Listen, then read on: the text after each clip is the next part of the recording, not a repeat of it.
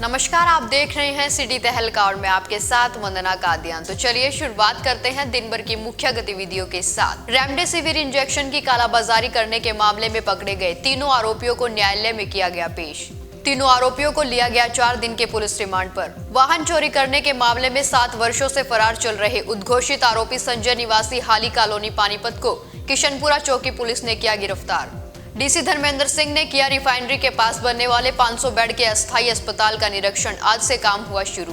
पानीपत बरसत रोड स्थित राधे कृष्ण गौशाला में अवैध रूप से ऑक्सीजन रखने की सूचना के आधार पर पुलिस टीम ने की रेड। गौशाला प्रधान ने दी जानकारी, फ्री एम्बुलेंस चलाकर निस्वार्थ भाव से कर रहे लोगों की सेवा। ऑक्सीजन की कमी के कारण जिंदगी और मौत के बीच जूझ रहे लोगों को निःशुल्क उपलब्ध करा रहे ऑक्सीजन के सिलेंडर। करनाल आईजी ऑफिस के कई दिन से लापता मुलाजिम की गाड़ी हुई बरामद। जिले में लगातार बढ़ता कोरोना प्रभाव से मौत का आंकड़ा। शहरवासियों को कोरोना गाइडलाइंस का पालन करने की आवश्यकता, हर स्थान पर बढ़ते सतर्कता। पानीपत में लगातार प्रवासी मजदूरों का पलायन जारी। मजदूरों में कोरोना का खौफ और सताने लगा लॉकडाउन का डर। कोरोना की कोहराम के चलते पुलिस प्रशासन सख्ती के मूड में, काटे जा रहे दबादब चालान। आइए अब दिखाते हैं खबरें विस्तार से।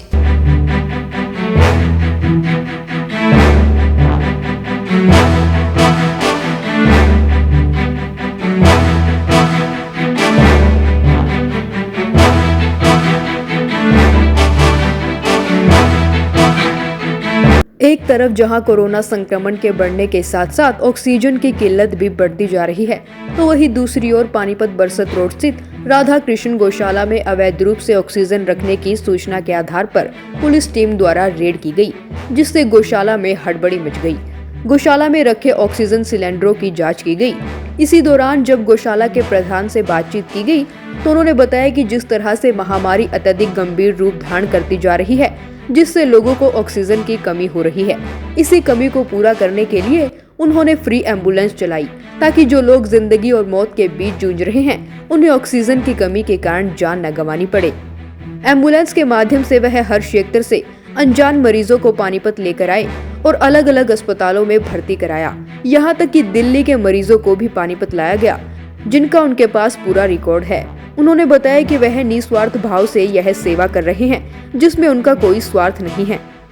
वह बस लोगों की जिंदगी बचाना चाहते हैं। वहीं उन्होंने बताया कि उन्होंने टीम को पूरा रिकॉर्ड पेश किया, जिसके बाद वह संतुष्ट होकर यहां से गए हैं।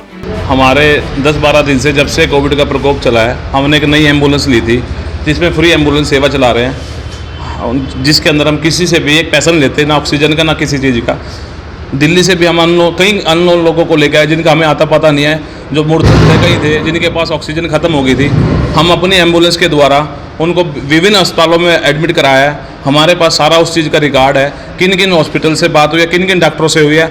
हम उनको बाय फेस नहीं जानते, बाय नेम नहीं जानते, सबको एडमिट कराया। इसी दौरान हमने जब आवश्यकता हुई कि सरकार को की तरफ से ऑक्सीजन का सिस्टम बनने में देरी लग रहा है, हमने पर्सनल अपने सोर्स से, किसी रिश्तेदार से, या जो इतनी जनता थी, हॉस्पिटल्स वाले, जितने हॉस्पिटल्स हैं 10-12 शहर में, छोटे छोटे हॉस्पिटल्स हैं, बड़े हॉस्पिटल्स हैं, उन्होंने वो अपने सिलेंडर, 1 सिलेंडर 2 सिलेंडर भेज देते थे। इमरजेंसी बैकअप में उनको गैस देते थे। जैसे ग्लोबल हॉस्पिटल है, उसके अलावा सिग्नस में कल भी 5 सिलेंडर गए। 5 मिनट की देरी हो जाती है तो वहाँ पर दिक्कत हो जाती। इसके बारे में आप हॉस्पिटल से पता लग सकते हो। शोभित हॉस्पिटल है, सुनील मेमोरियल है, आयुष्मान है, आयुष्मान से आप बात कर सकते हो। हम यमुनानगर से भरवाते थे। यमुनानगर की सर हमारे पास एड्रेस है, गैस एजेंसी का सर नंबर दे दिया, पुलिस वालों ने सारी तहकीकात कर दी, वो बिल्कुल सेटिस्फाई होकर गए हैं। उन्होंने बात करी, हम बिल्कुल फ्री ऑफ कॉस्ट दे रहे थे और हमें फ्री ऑफ कॉस्ट उधर से मिल रही थी। कई जगह से भरवा रहे थे तो हमें 2 दिन से गैस नहीं मिली है। हम तो इतनी ज़िंदगी बचा रहे थे, तो पुलिस डिपार्टमेंट या जो भी डिपार्टमेंट था हमारे से सेटिस्फाई होकर गया, हमने उनको पूरा रिकॉर्ड दे दिया। इस सेवा का लाभ उठाने वाले लाभार्थियों ने बताया कि वह 2 बार यहां से दिल्ली बिल्कुल मुफ्त में ऑक्सीजन सिलेंडर लेकर जा चुके हैं। आज भी वह सिलेंडर लेने पहुंचे थे, लेकिन पता चला कि किसी ने इनकी शिकायत कर दी। उन्होंने कहा कि अगर कोई निस्वार्थ भाव से सेवा कर रहा है तो उन्हें करने दे। सिलेंडर के लिए आया हूँ। मेरी बहन की अभी आज से 2 महीने पहले शादी हुई है। उनके ससुर जी की तबीयत खराब है। दिल्ली में तो कोई इलाज नहीं चल रहा। हमारे पास, मैं भी इधर भैंसवाल मोड़ में रहता हूँ, मेरे पास एकमात्र सहारा यही धर्मशाला थी कि जहाँ से हमारे को ऑक्सीजन की सुविधा मिल रही थी, और ये निस्वार्थ होके बिना किसी चार्ज के हमारे को ऑक्सीजन सिलेंडर दे रहे थे। अभी भी मैं इनसे यही आशा की उम्मीद लेके आया था कि मेरे को ऑक्सीजन मिलेगा, लेकिन यहाँ पर आके पता चला किसी अनजान ने या पता नहीं क्या किसी ने इनकी कंप्लेंट कर दी या कुछ कर दिया, जिससे हम बिल्कुल ही बस हमारे को मदद चाहिए। और ये कह रहे हैं कि इनको डीसी साहब से ना परमिशन मिली है ना कुछ मिली है। हमें इस टाइम ऑक्सीजन की बहुत ज़रूरत है, किसी तरीके से हमारा बंदोबस्त करो। पहले कितनी बार यहाँ से सिलेंडर ले जा चुके हैं? मैं यहाँ से 2 बार ही लेके गया हूँ और इन्होंने कोई मेरे से 1 रुपया भी कोई चार्ज नहीं लिया, कोई कुछ नहीं लिया। निस्वार्थ भावना से ये सेवा कर रहे हैं। और मुझे ये नहीं समझ में आ रही कि अगर कोई समाज, कोई प्रशासन अगर वो सिलेंडर प्रोवाइड नहीं कर रहा तो जो सेवा कर रहा है उसको सेवा करने से क्यों रोका जा रहा है? क्या ब्यूरो रिपोर्ट सिटी तहलका।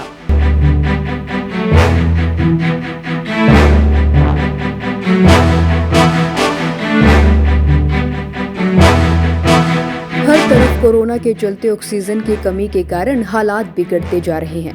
पानीपत में भी पिछले कुछ दिनों से चौंकाने वाले आंकड़े सामने आ रहे हैं, तो वही कोरोना प्रभाव से मौत का ग्राफ भी बढ़ता जा रहा है। जिला उपायुक्त धर्मेंद्र सिंह ने प्रेस वार्ता का आयोजन कर जानकारी देते हुए बताया कि रिफाइनरी के पास बनने वाले 500 बेड के अस्पताल का कार्य शुरू हो गया है। जल्द ही वह बनकर तैयार हो जाएगा ताकि लोगों को परेशानियों का सामना न करना पड़े। ऑक्सीजन को लेकर जिले में कोई किल्लत नहीं है।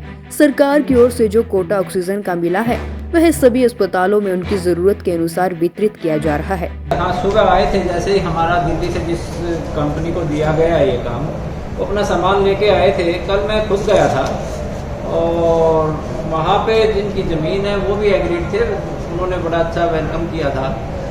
और आज पता नहीं गांव के कुछ हो सकता है शरारती लोग क्यों वो इकट्ठा हो गए, हमारे जैसे ही सामान लेके गए। तो हमने एसडीएम साहब वहाँ गए थे मौके पे और उनको समझाने की कोशिश की, लेकिन वो नहीं माने। उनको ये था कि गांव के पास नहीं होना चाहिए, कोविड का गांव में फैल सकता है। तो वो हमने चेंज कर दिया और जो पहले साइट देखी थी जो दूर पड़ता है, गांव से काफ़ी दूर है वो, तो वहाँ पे ही आज काम शुरू कर दिया। जब उनसे सवाल किया गया कि सभी दुकानें 6 बजे तक बंद हो जाती हैं, लेकिन शराब के ठेके रात तक भी खुले रहते हैं, तो उनका क्या जवाब था वह भी आप सुनिए। नहीं, हमारी तरफ से 6 बजे का ही है, अगर कोई खुला नहीं, have you given them in writing और खाली मौके का लिस्ट? नहीं, वो राइटिंग में ही ऑर्डर हुए हैं वो तो, but they are denying this 10 बजे तक। 6 बजे दुकान बंद होने के मेरी तरफ से बकायदा डिजास्टर मैनेजमेंट एक्ट में ऑर्डर हुए हैं। उसमें कुछ एग्जेम्पशंस हैं, एग्जेम्पशन में शराब का ठेका नहीं है। 10 बजे का कहीं रिटर्न ऑर्डर है क्या? कोरोना के चलते दवाइयों की कालाबाजारी पर रोक लगाने के लिए एसपी शशांक कुमार सावन ने कहा कि अगर कोई किसी स्थान पर दवाइयों की कालाबाजारी की शिकायत मिलती है तो तुरंत प्रभाव से जिला प्रशासन को सूचित करे ताकि समय रहते मामले पर संज्ञान लिया जा सके और आरोपियों के खिलाफ कड़ी कार्रवाई अमल में लाई जा सके। तो आप लोगों के माध्यम से मैं सबको बताना चाहूँगा कि कोई भी अगर आपके पास इन्फॉर्मेशन आती है तो आप लोग हरियाणा पुलिस का हेल्पलाइन चालू हो चुका है। आप लोगों को पता ही, आप लोगों ने अखबार में भी निकाला था। उसके माध्यम से ऑक्सीजन और कोई भी जो ऐसे कीमती जो अभी जो दवाएं हैं, रेमडेसिविर है, फ्लैफेबिफ्लू है, टॉक्सिक्लिन है, इस तरह कोई भी दवा आपको लगता है ब्लैक में बिक रहा है, कहीं आप लोग इन्फॉर्मेशन आती है उस पर देंगे, हम त्वरित कार्रवाई करेंगे। और इसमें तार कहाँ तक जुड़ी है तो हम बिल्कुल एंड तक जाएंगे और जिसकी भी मिली भगत होगी उसको हम डिजास्टर मैनेजमेंट एक्ट और आईपीसी के विभिन्न धाराओं में उसको। वहीं civil surgeon doctor Sanjeev Grover से जब सैंपल रिपोर्ट देरी से आने के बारे में सवाल किया गया तो उन्होंने बताया कि सभी निजी व सरकारी स्वास्थ्य केंद्रों में रिकॉर्ड सैंपलिंग हो रही है, जिस कारण रिपोर्ट लेट प्राप्त हो रही है। इसके बारे में एक्चुअली प्रॉब्लम हमारी जो इस समय क्या है, असुविधा की हर एक लेबॉर्ट्री भले वो सरकारी हो या प्राइवेट हो, सभी में सैंपल उसकी कैपेसिटी से ज़्यादा सैंपल, बहुत ज़्यादा सैंपल आ रहे हैं, इसलिए हर जगह वेटिंग हो रही है। लेकिन ऐसे केस में कोई, जैसे आप बता रहे हैं गर्भवती महिला वाला है, अब कोई स्पेसिफिकली हमें कहेगा तो हम उसकी जल्दी टेस्टिंग करवा लेते हैं। ब्यूरो रिपोर्ट सिटी तहलका।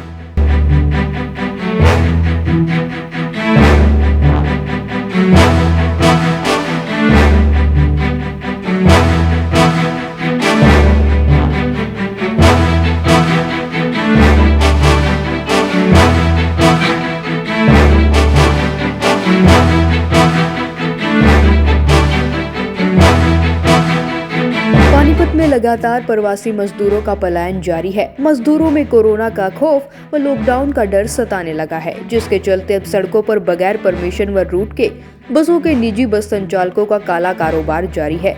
निजी बस संचालक कोविड गाइडलाइन को ताक पर रखकर लोगों के जीवन से खिलवाड़ कर रहे हैं। वहीं अब आरटीओ विभाग भी एक्शन मोड में आ गया है।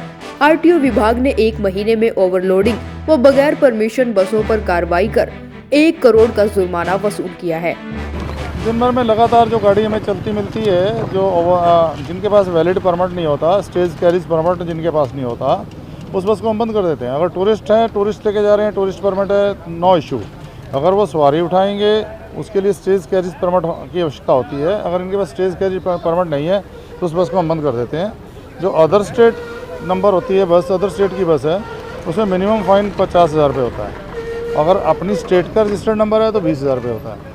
तो ये तो अभियान चलता रहता है, ओवरलोडिंग के अगेंस्ट चलता रहता है, बसों के अगेंस्ट चलता रहता है। आज की एक्टिविटी आज मैंने 7-8 चलान तो ओवरलोड के अभी तक की है। तो उसके बाद ये आपकी इमदाद से बस पकड़ी है और बस का चलान कर दिया है। दिन में कितनी रिकवरी हो चुकी है? आज दिन में 3 लाख की रिकवरी 3.5 लाख की रिकवरी अब तक हो चुकी है और अब तक पूरे महीने में नियर अबाउट 1 करोड़ की हो चुकी है। एक तरफ जहां प्रवासी मजदूर यह सोच रहे हैं कि कहीं पहले वाले हालात उत्पन्न ना हो जाए और भविष्य में लॉकडाउन लग जाए, तो वह कम से कम अपने घर परिवार के बीच तो होंगे, और उनकी इसी मजबूरी का फायदा उठा निजी बस संचालक मनमर्जी से किराया वसूल रहे हैं। इसके साथ ही प्रदेश के राजस्व को भी करोड़ों का चूना लगा रहे हैं। एक तो कोरोना फैलने का खतरा, ऊपर से बसों में भारी भीड़ के चलते जान का भी खतरा। मीडिया में लगातार खबरें दिखाने के बाद आरटीओ विभाग की अब नींद खुली और विभाग हरकत में आया है। आरटीओ ऑफिसर के द्वारा जो बसें प्रवासी मजदूरों को लेकर जा रही हैं, उनकी गहनता से चेकिंग की जा रही है। कागज पूरे न होने पर व संख्या से अधिक सवारी बिठाने पर आरटीओ अधिकारी राकेश शर्मा के द्वारा आज 3 बसों का चालान काटा गया। वहीं उन्होंने बताया कि आरटीओ विभाग ने 1 महीने में ओवरलोडिंग व बगैर परमिशन बसों पर कार्रवाई कर पूरे 1 करोड़ का जुर्माना वसूल किया है और कहा कि आगे भी इसी प्रकार से कार्रवाई जारी रहेगी। ब्यूरो रिपोर्ट, सिटी तहलका।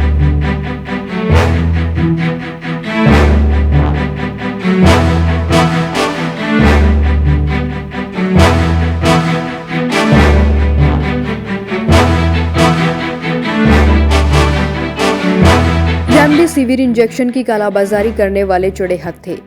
पानीपत में कोरोना महामारी के गंभीर हालातों के चलते CIA 1 पुलिस टीम ने रेमडेसिविर इंजेक्शन की कालाबाजारी करते हुए मेडिकल स्टोर संचालक समेत 3 आरोपियों को काबू कर बड़ी सफलता हासिल की और आरोपियों के पास से पूरे 19 इंजेक्शन बरामद किए गए, जिन्हें आरोपी एक इंजेक्शन को 35,000 रुपए में बेचते थे।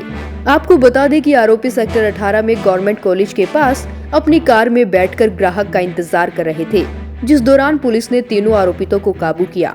पकड़े गए आरोपियों की पहचान केशव निवासी कलंदर चौक, सुनील निवासी जलालपुर व सुमित निवासी गुरु नानकपुरा कच्चा कैंप पानीपत के रूप में हुई। डीएसपी हेडक्वार्टर सतीश वत्स ने मामले की जानकारी देते हुए बताया कि CIA 1 पुलिस टीम ने गुप्त सूचना के आधार पर आरोपितों को काबू किया और तीनों युवकों को अवैध रूप से रेमडेसिविर एंटीवायरल इंजेक्शन की कालाबाजारी करते हुए 19 इंजेक्शन सहित गिरफ्तार किया गया। देखिए, आज हमारी CIA की टीम को सूचना मिली थी कि कुछ लड़के जो एक रेमडेसिविर नाम से जो इंजेक्शन आजकल कोविड पेशेंट्स को लगाया जा रहा है, उसकी कालाबाजारी कर रहे हैं। ये सूचना थी सेक्टर 18 में गवर्नमेंट कॉलेज से। उसके पीछे कुछ लोग गाड़ी में इसकी कालाबाजारी कर रहे हैं। तो लीगल फॉर्मेलिटीज़ पूरी करके ड्रग कंट्रोलर ऑफिसर को साथ लेके हमारी CIA की टीम ने वहाँ पर रेड किया। तो एक गाड़ी में 3 लड़के थे जिनके पास से 19 ये इंजेक्शन बरामद हुए हैं और उन तीनों लड़कों को हमारी टीम ने गिरफ्तार कर लिया है, गाड़ी को कब्जे में ले लिया है और उनसे अब फर्दर पूछताछ कर रहे हैं और कल उनको कोर्ट में पेश करके और उनका पुलिस रिमांड लिया जाएगा ताकि पूरे एक रैकेट का पर्दाफाश हो सके कि कहाँ से लेके आते हैं और कहाँ बेचते हैं और ये आगे आज तक इन्होंने किस किस को ये बेचे हैं। सर, ये जो इंजेक्शन कहाँ से लेके आए थे, पता चला सर कहाँ के रहने वाले हैं? ये 3 लड़के हैं। एक तो चढ़ाऊ मोहल्ला पानीपत केशव नाम का लड़का है, एक जलालपुर गांव का लड़का है सुनील नाम का और एक गुरु नानकपुरा कच्चा कैंप का सुमित नाम का लड़का। ये तीनों लड़के गिरफ्तार किए हैं और अभी तक जो पता लगा है चंडीगढ़ साइड से ये लेके आते थे, लेकिन अभी गहराई से पूछताछ की जाएगी पुलिस रिमांड लेके अदालत के माध्यम से। तीनों युवकों से इंजेक्शन के खरीद रिकॉर्ड, दवाइयों की बिक्री व लाइसेंस प्रस्तुत करने के लिए कहा गया, लेकिन वह मौके पर कोई भी लाइसेंस या रसीद इत्यादि नहीं दिखा सके। ड्रग कंट्रोलर ऑफिसर विजय राजे की शिकायत पर आरोपितों के खिलाफ ड्रग व कॉस्मेटिक एक्ट व IPC की विभिन्न धाराओं के तहत सेक्टर 13, 17 थाना में मुकदमा दर्ज कर कानूनी कार्रवाई अमल में लाई गई। गहनता से पूछताछ करने के लिए तीनों आरोपितों को न्यायालय में पेश कर पुलिस रिमांड पर लिया जाएगा, ताकि पूरे रैकेट का पर्दाफाश हो सके कि आरोपी कहां से इंजेक्शन लेकर आते हैं और कहां इसे बेचा जाता है। ब्यूरो रिपोर्ट, सिटी तहलका।